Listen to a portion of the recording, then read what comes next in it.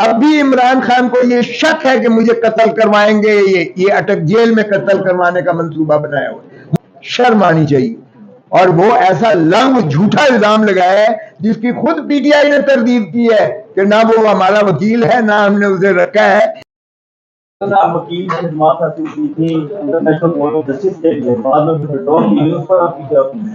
بہت اچھا سوال کیا آپ نے۔ دیکھیں یہ ذرا سنیے گا، بڑی بدقسمتی ہے کہ آپ نے پہلے بھی جو وزیر آباد پر حملہ کروایا یا جس نے بھی کیا تو اس کا شائبہ اور رنگ کیا دیا گیا؟ مذہبی رنگ دیا گیا، اور جس شخص کو بلا کے طوطے کی طرح بیان رٹوایا گیا اس نے بھی کہا جی یہ انہوں نے ایسی ایسی باتیں کی ہیں جو اسلام سے متصادم ہے، اور اس لیے میں نے جو ہے وہ جذبے میں آ کے اسلام سے سرشار ہو کر میں نے یہ کیا۔ یہ پھر عطا تارڑ یا جس نے بھی یہ اتنا لمبا چوڑا بیان دیا ہے، یہ پھر اس نے اکسانے کی کوشش کی ہے، مریم نے بھی، اور جس نے اکسانے کی کوشش کی ہے کہ کوئی فناٹک اٹھے اور عمران کو قتل کر دے اور پھر وہ قتل واجب القتل تصور کر کے تو اس کو جو ہے بھیٹ چڑھایا جائے، مذہب کے بھیٹ چڑھا کے تو پاکستان کو بھی خوش کر دیا جائے، اور اس طرح سے جو ہے ایک اپنا مذموم مقاصد کے لیے عمران خان کو لحد میں اتار دیا جائے، شرم آنی چاہیے۔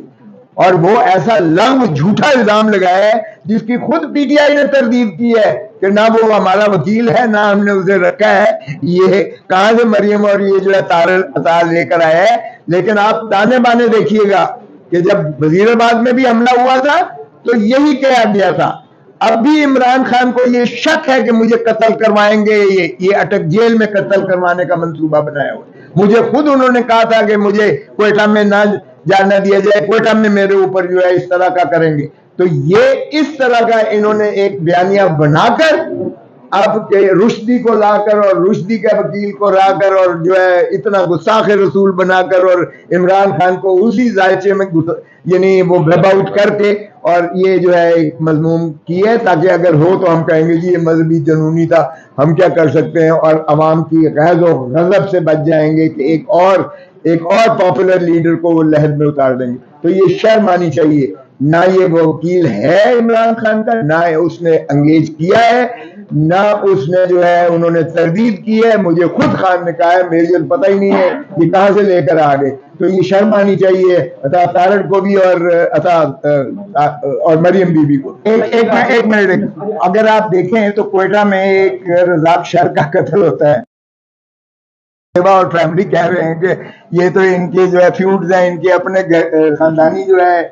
6 قتل 7 قتل ہو چکے ہیں۔ اس میں بھی عطا اللہ تارڑ صاحب نے سارے آپ کے چینلز کے پروگرام سارے معطل کر کے